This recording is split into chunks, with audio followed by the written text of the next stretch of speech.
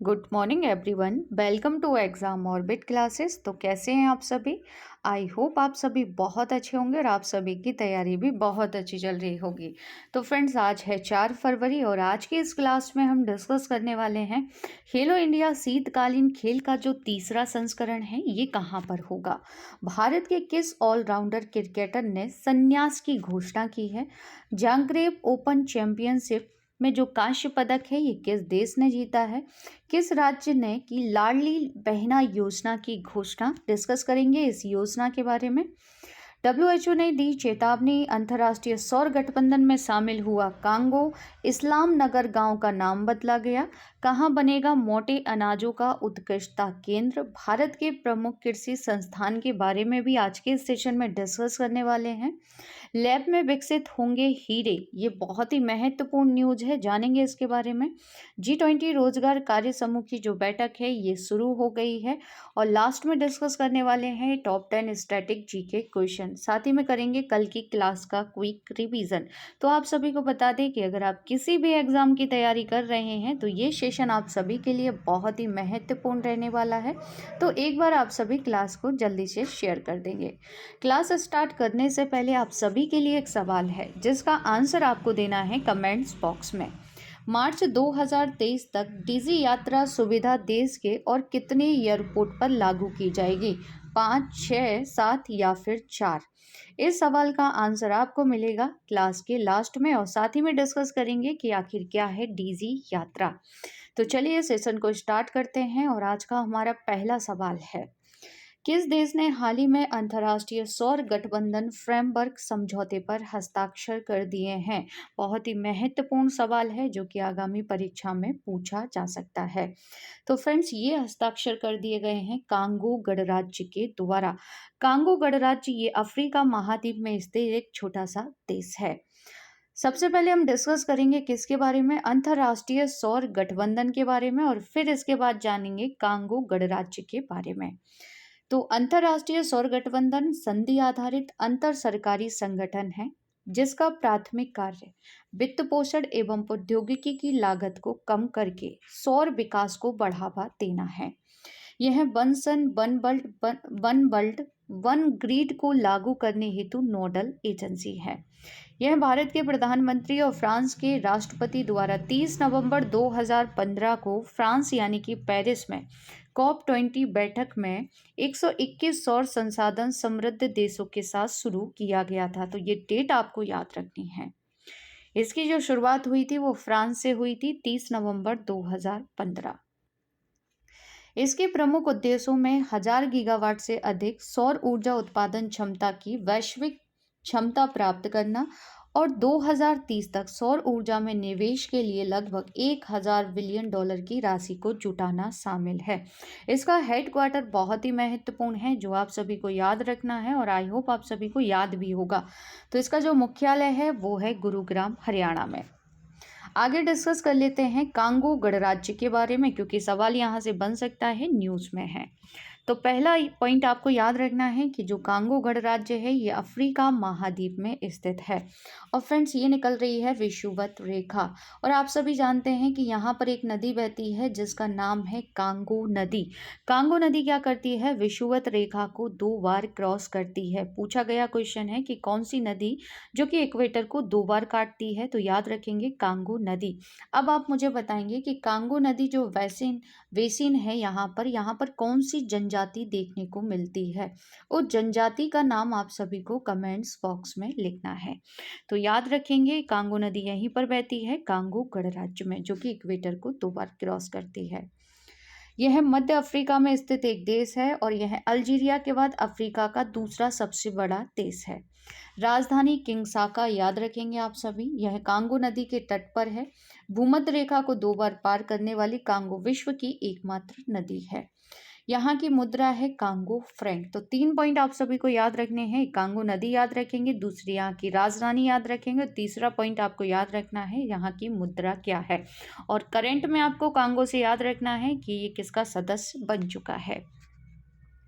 Friends, अगर आप लोग पहली बार चैनल पर विजिट कर रहे हैं तो चैनल को सब्सक्राइब कर लीजिएगा, साथ ही बेल आइकन दबाना बिल्कुल ना भूलें, जिससे आप सभी को जो क्लास का नोटिफिकेशन है वो सबसे पहले मिल जाएगा। इस क्लास की जो पीडीएफ है वो बाद में आप सभी को टेलीग्राम चैनल पर मिल जाएगी। टेलीग्राम पर जाकर आप एग्जाम ऑर्बिट क्लासेस से टेलीग्राम चैनल ज्वाइन करके, जहाँ पर आपको ये लोगो दिखाई देगा, इस चैनल को आप सभी ज्वाइन कर सकते हैं। जितने भी पीडीएफ होंगे वो सभी आपको टेलीग्राम चैनल पर मिल जाएंगे। अगला सवाल है कि खबरों में रहा इस्लाम नगर गांव किस राज्य या केंद्र शासित प्रदेश में स्थित है। तो फ्रेंड्स, ये जो गांव है ये आता है मध्य प्रदेश में। ये सुर्खियों में इसलिए है क्योंकि हाल ही में इसका नाम बदल दिया गया है। तो पूछा जा सकता है आप सभी से, तो ये मध्य प्रदेश की राजधानी भोपाल जिले में स्थित एक गांव है, जिसका अब नाम बदल कर दिया गया है जगदीशपुर। याद रखेंगे, इसका नया नाम हो गया है जगदीशपुर। खासकर जिनका एमपी पटवारी या एमपीपीएससी का एग्जाम है वो इस सवाल को अच्छे से नोट कर लेंगे, पूछा जा सकता है। नाम बदलने की जो सूचना है, सूचना देने वाली अधिसूचना में यह भी बताया गया कि केंद्र सरकार ने फैसले पर आपत्ति नहीं जताई है। इस्लाम नगर गांव भोपाल से लगभग 12 किलोमीटर की दूरी पर स्थित और किलों के लिए काफी प्रसिद्ध है। 308 साल पहले इस्लाम नगर का नाम जगदीशपुर हुआ करता था। आगे डिस्कस कर लेते हैं बदले गए नाम जो कि सुर्खियों में रहे थे। राष्ट्रपति भवन के प्रतिष्ठित मुगल गार्डन का नाम बदलकर क्या कर दिया गया है। तो याद रखेंगे आप सभी, अमृत उद्यान कर दिया गया है। साथ ही में आपको याद होगा कि राजपथ का जो नाम बदल दिया गया है और क्या कर दिया गया है, कर्तव्य पथ। हाल ही में केंद्रीय गृह मंत्रालय ने किस राज्य में 2 स्थानों के नाम बदलने पर अपनी सहमति दे दी है। तो फ्रेंड्स, याद रखेंगे दोनों ही स्थान उत्तर प्रदेश के हैं। गोरखपुर जिले के नगर पालिका परिषद मुंडेरा बाजार का नाम बदलकर कर दिया गया है चोरी चोरा। साथ ही में याद रखना है कि देवरिया जिले के तेलिया अफगान गांव का नाम बदलकर कर दिया गया है तेलिया शुक्ला। आगे डिस्कस करेंगे पावर सिस्टम कॉरपोरेशन लिमिटेड का नाम हो गया है control of India limited. Habibganj railway station का नया नाम है रानी कमलापति रेलवे स्टेशन और ये भी मध्य प्रदेश भोपाल में है। मिड डे मील योजना का नया नाम कर दिया गया है पीएम पोषण योजना। मैप में आप सभी मध्य प्रदेश की लोकेशन देख सकते हैं फ्रेंड्स, ये है मध्य प्रदेश और मध्य प्रदेश की राजधानी है भोपाल। मध्य प्रदेश को हृदय प्रदेश के नाम से भी जानते हैं और मध्य प्रदेश को नदियों का मायका भी कहा जाता है। साथ ही में मध्य प्रदेश में आपको कुछ स्थान याद रखने हैं जो कि सुर्खियों में रहे थे। एक बार क्विक रिवीजन कर लेते हैं जल्दी से। सबसे पहले नॉर्थ में आप याद रखेंगे श्योपुर। श्योपुर आपको इसलिए याद रखना है कूनू नेशनल पार्क। कूनू नेशनल पार्क में जो चीते लाए गए हैं वो कहाँ से लाए गए हैं, नामीबिया से। इसके अलावा आपको याद रखना है पन्ना नेशनल पार्क। पन्ना नेशनल पार्क सुर्खियों में था, इसलिए आपसे पूछा जा सकता है। इसी के साथ नीचे आपको देखने को मिलेगा जबलपुर। जबलपुर याद रखेंगे। जबलपुर के बाद आपको याद रखना है होशंगाबाद। होशंगाबाद का नाम बदलकर भी क्या कर दिया गया है, नर्मदापुरम कर दिया गया है। इसी के बाद यहाँ पर हम याद रखेंगे इंदौर। प्रवासी भारतीय दिवस की जो मेजबानी है ये किसके द्वारा की गई, तो इंदौर मध्य प्रदेश के द्वारा की गई। वाटर प्लस शहर देश का पहला कौन सा है, तो इंदौर है। स्वच्छता में सबसे अव्वल कौन सा है, तो इंदौर है। खरगोन और खंडवा याद रखेंगे क्योंकि सोलर प्लांट यहाँ पर बनाए जा रहे हैं। ठीक है, तो ये मध्य प्रदेश से कुछ बेसिक इन्फॉर्मेशन है जो आप सभी को याद रखनी है। अगला सवाल है कि भारत को मोटे अनाजों का वैश्विक केंद्र बनाने के लिए कहाँ उत्कृष्टता केंद्र बनाने की घोषणा की गई है। तो फ्रेंड्स, इसकी घोषणा हाल ही में वित्त मंत्री निर्मला सीतारमण ने बजट में की है। तो ये आपसे पूछा जा सकता है और ये केंद्र बनेगा हैदराबाद में। हैदराबाद यानी कि तेलंगाना की राजधानी में इस केंद्र को बनाया जाएगा, जिसकी घोषणा वित्त मंत्री निर्मला सीतारमण ने की है। अब आपको यहाँ पर याद रखना है कि भारत दुनिया में श्री अन्न, अब ये पूछा जा सकता है, खासकर पीएससी वाले याद रखेंगे। श्री अन्न, श्री अन्न किसे कहते हैं, तो मोटे अनाजों को ही श्री अन्न कहा जाता है। श्री अन्न का सबसे बड़ा उत्पादक है भारत और दूसरा सबसे बड़ा निर्यातक देश है भारत। तो ये पॉइंट आप सभी यहाँ पर याद कर लेंगे। आगे डिस्कस कर लेते हैं भारत के प्रमुख कृषि संस्थान के बारे में। अगर आपसे पूछ लिया जाए कि भारतीय गेहूं एवं जौ अनुसंधान संस्थान कहाँ पर है, तो याद रखेंगे करनाल हरियाणा। राष्ट्रीय चावल अनुसंधान केंद्र कहाँ पर है, कटक उड़ीसा। केंद्रीय कपास अनुसंधान संस्थान ये नागपुर में है। भारतीय गन्ना अनुसंधान संस्थान लखनऊ उत्तर प्रदेश में है। केंद्रीय आलू अनुसंधान संस्थान ये शिमला में है। राष्ट्रीय सोयाबीन अनुसंधान केंद्र ये इंदौर में है, इंदौर यानी कि मध्य प्रदेश में। भारतीय कृषि सांख्यिकी अनुसंधान संस्थान ये नई दिल्ली में है। अब इसमें से दो बहुत महत्वपूर्ण है जो आपको याद रखना है। एक याद रखेंगे राष्ट्रीय चावल अनुसंधान केंद्र, ये बहुत बार एग्जाम में पूछा जाता है और ये कहाँ पर है, कटक उड़ीसा। सेकंड आपको याद रखना है राष्ट्रीय सोयाबीन अनुसंधान केंद्र इंदौर। वैसे तो सभी महत्वपूर्ण है लेकिन ये दो वेरी इंपॉर्टेंट हैं जो आपको याद रखने हैं और यहाँ से एग्जाम में बार बार क्वेश्चन पूछा जाता है। अगला सवाल है कि लैब में विकसित हीरो पर शोध करने के लिए किस आईआईटी संस्थान को 242 करोड़ रुपए का अनुदान दिया जाएगा। तो फ्रेंड्स इसकी घोषणा भी हाल ही में बजट में की गई है और ये अनुदान दिया जाएगा आईआईटी मद्रास को। डिस्कस करेंगे यहाँ पर हीरे के बारे में। तो सबसे पहले मैं आपको बता दूं कि पन्ना पन्ना आपको याद रखना है फ्रेंड्स। पन्ना कहाँ पर आता है, तो ये मध्य प्रदेश में आता है और ये हीरे की खानों के लिए काफ़ी प्रसिद्ध है। ये बहुत पूछा जाता है एग्जाम में। तो पन्ना याद रखेंगे, हीरो की खानों के लिए प्रसिद्ध है और ये मध्य प्रदेश में स्थित एक जिला है। डिस्कस कर लेते हैं इसी से संबंधित। तो देखिए इंडियन इंस्टीट्यूट ऑफ टेक्नोलॉजी यानी कि आईआईटी मद्रास को लैब ग्रोन डायमंड, जिसका शॉर्ट फॉर्म है एलजीडी, पर शोध करने के लिए 5 साल की अवधि में 242 करोड़ रुपए का अनुदान दिया जाएगा। केंद्रीय बजट यानी कि 2023 में पेश करते हुए वित्त मंत्री निर्मला सीतारमण ने कहा है कि प्रयोगशाला में विकसित हीरे उच्च रोजगार क्षमता वाले एक प्रौद्योगिकी और नवाचार संचालित उभरता हुआ क्षेत्र है। देखिए 2023 और 24 का जो बजट पेश किया गया है, इसके जो भी महत्वपूर्ण बातें हैं या जो महत्वपूर्ण क्वेश्चन है जहां से एग्जाम में पूछा जा सकता है, वो हम एक एक करके क्लास में डिस्कस करते रहेंगे, है ना। तो दो अभी हमने डिस्कस कर लिए, एक तो हीरे वाला और दूसरा हैदराबाद वाला। सरकार ने प्रयोगशाला में बनाए जाने वाले हीरो के लिए कच्चे माल के तौर पर इस्तेमाल होने वाले सीड्स के आयात पर शुल्क में भी कटौती करने का प्रस्ताव रखा है। अब डिस्कस कर लेते हैं खबरों में रहे आईआईटी संस्थान करंट अफेयर। राष्ट्रपति द्रौपदी मुर्मू ने किस आईआईटी संस्थान में सुपर कंप्यूटर सुविधा परम कामरूप का उद्घाटन किया? आईआईटी गुवाहाटी। अशोक लीलैंड आईआईटी मद्रास ने किसका उपयोग करके हाइब्रिड ईबीएस विकसित करने हेतु एक समझौता किया है? तो ये समझौता हाल ही में हुआ है टरबाइन टेक। कौन सा आईआईटी संस्थान भारतीय भाषाओं को प्रौद्योगिकी के साथ जोड़ेगा? तो आईआईटी मद्रास जोड़ने वाला है।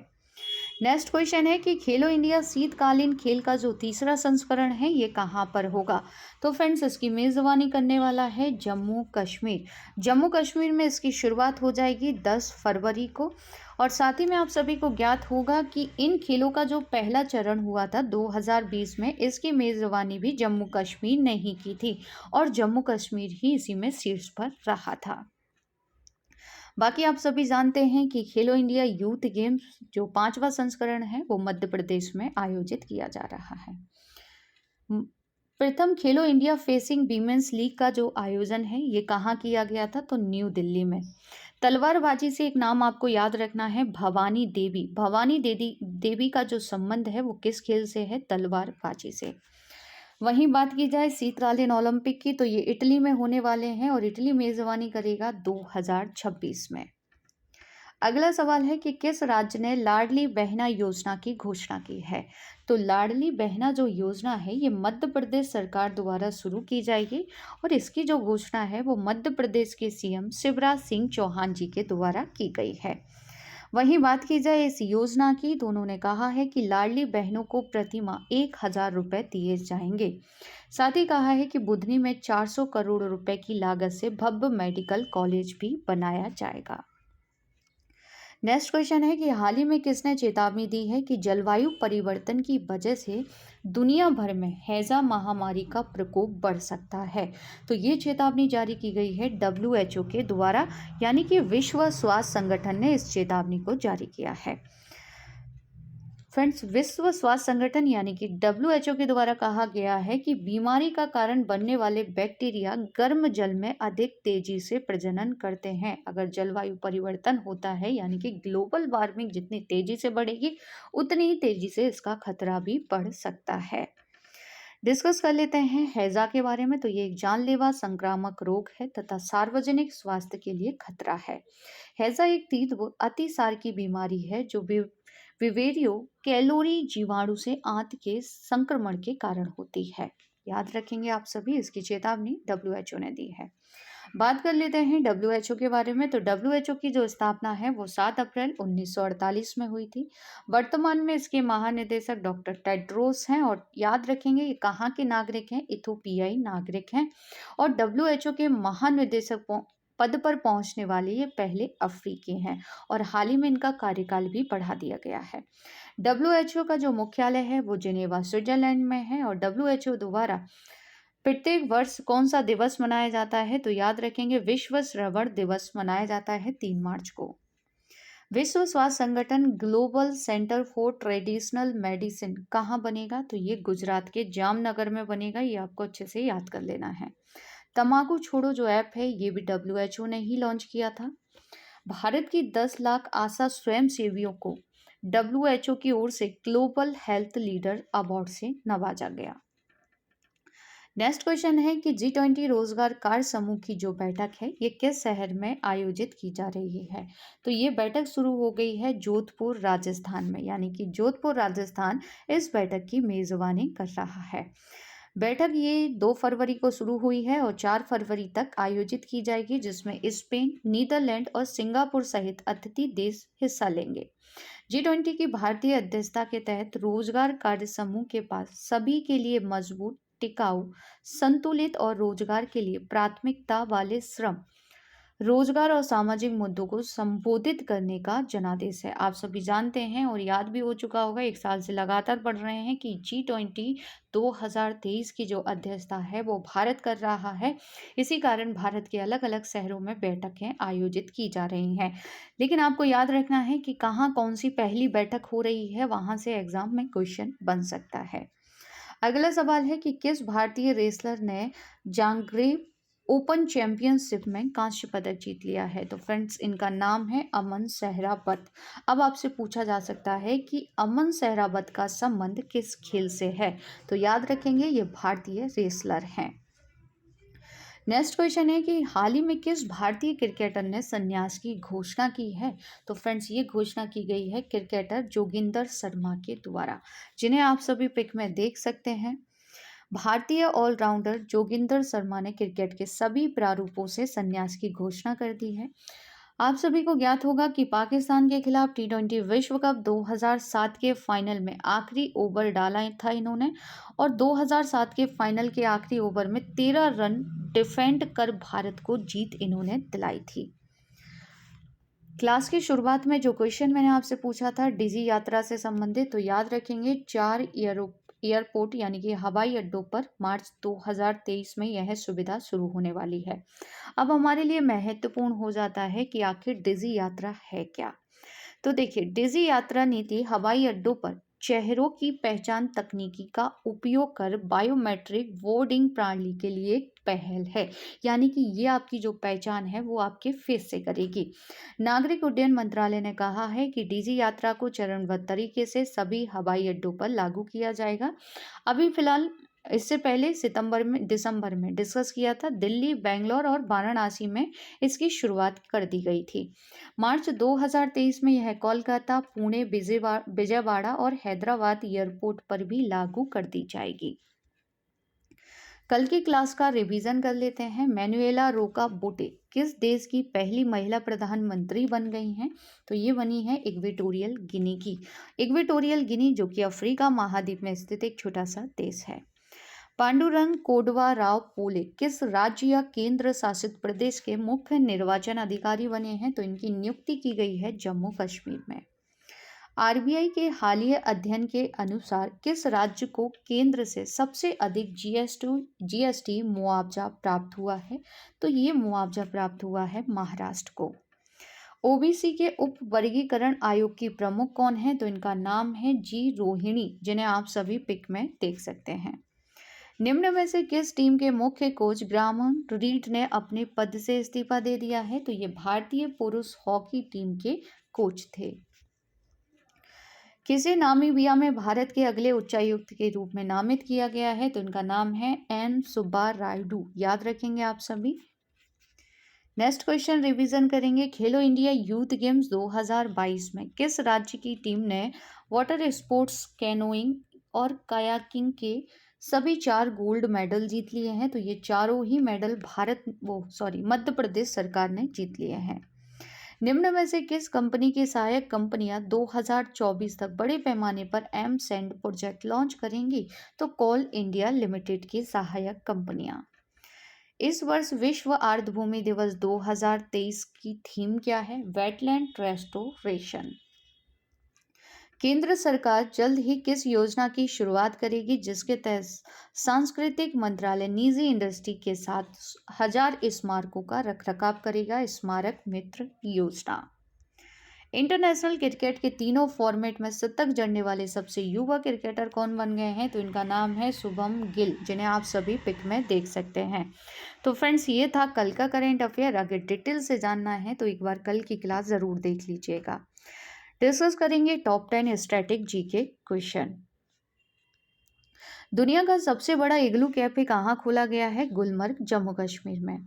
दुनिया की पहली हाइड्रोजन से चलने वाली फ्लाइंग बोट द जेट किसने लॉन्च की? संयुक्त अरब अमीरात ने।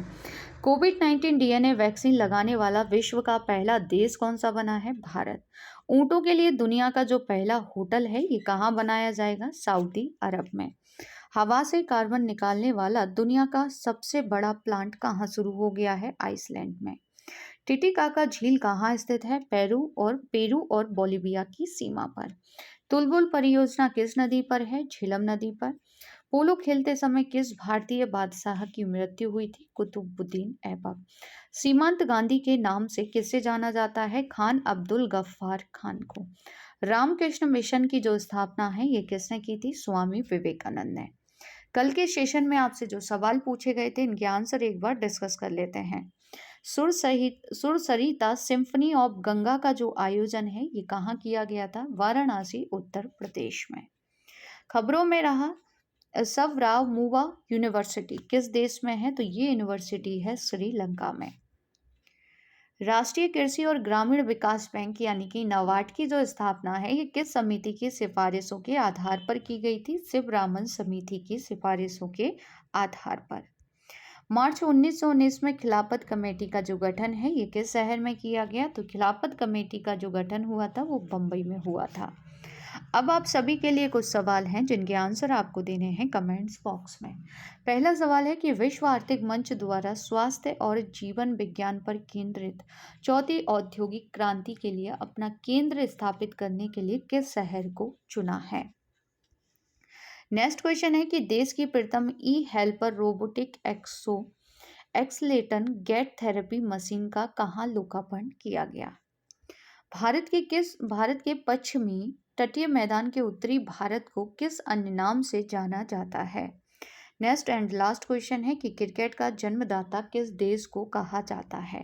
तो फ्रेंड्स, इन सभी के आंसर आपको देने हैं कमेंट्स बॉक्स में।